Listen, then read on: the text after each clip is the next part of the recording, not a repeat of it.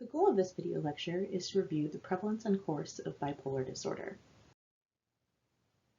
This prevalence data is from the National Comorbidity Survey Replication, the largest epidemiological study of mental illness conducted in the United States, and this data was collected between 2001 and 2003.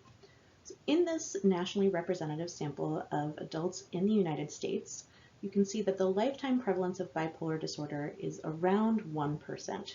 So in the United States, about 1% of individuals will meet criteria for a bipolar 1 diagnosis in their lifetime, and 0.6% will have met criteria within the past year. Rates are comparable when we look at bipolar 2. About 1.1% will have met criteria at some point in their lifetime, about 0.8% in the past year. And the NCSR did not use the diagnostic criteria for cyclothymia, but they do report the prevalence of what they call subthreshold bipolar disorder, which is conceptually similar and is characterized by subthreshold symptoms of both depression and hypomania. You can see we have slightly higher prevalence here, so a lifetime prevalence of about 2.4% and about 1.4% meeting criteria in the past 12 months. So compared to our prevalence of major depressive disorder, we can see that the prevalence of bipolar disorder is significantly lower. An interesting thing about bipolar disorders compared to major depressive disorder is that we do not see consistent differences in relation to different demographic groups. So there are no significant differences in the prevalence of bipolar disorder between men and women. And we also don't see any significant differences across racial or ethnic categories. The course of bipolar disorder has some similarities to major depressive disorder, but also some important differences. In terms of the age of onset, onset typically occurs in late adolescence or early childhood, similar to major depressive disorder.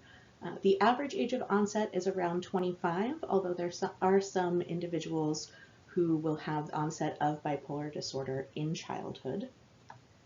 The course of bipolar disorder tends to be episodic, meaning that individuals will have periods of mood episodes that may include manic, hypomanic, or depressive episodes, and may also have periods between episodes, so we can call that intra-episodic, in which they are euthymic or not having symptoms of a mood episode. However, there's high variability in the course of bipolar disorder across individuals. So the length of time of individual episodes, the kinds of episodes that an individual has, and what their intra-episode periods look like can be very different across individuals with the same diagnosis.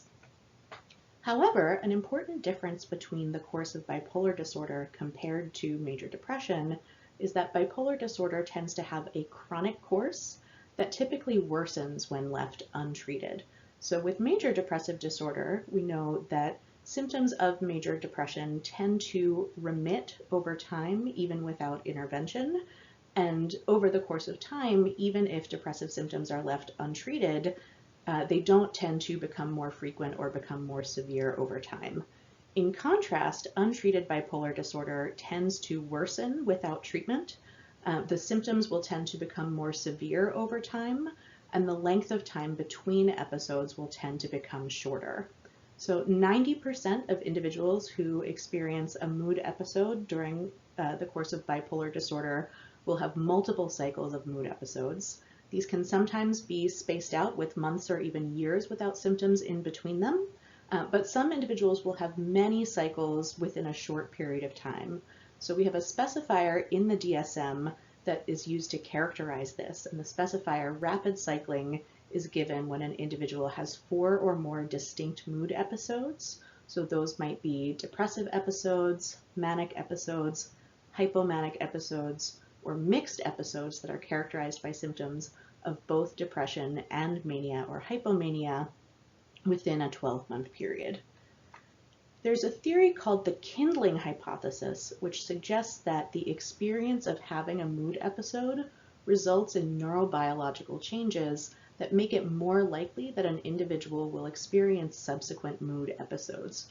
So this is one reason that treatment and maintenance treatment for bipolar disorder is very important, because the longer an individual goes untreated and the more mood episodes they have, the more vulnerable they are to future mood episodes and the more likely they are to have subsequent episodes, to have shorter periods of time of wellness between those episodes, and to have more severe episodes in the future.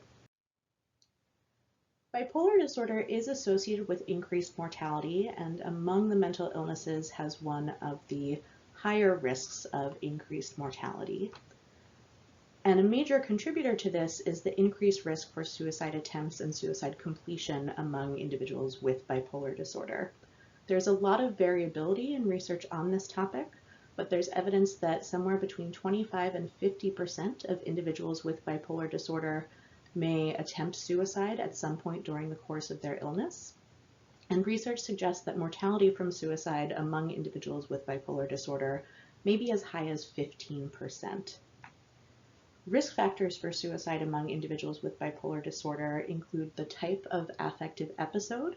So suicide attempts and suicide completion are more likely when an individual is experiencing a depressive episode, particularly if their depressive episode is severe or if they're experiencing hopelessness during their depressive episode. And there's also increased risk for suicide completion during mixed episodes. So those are mood episodes during which an individual is experiencing symptoms of depression as well as symptoms of mania or hypomania.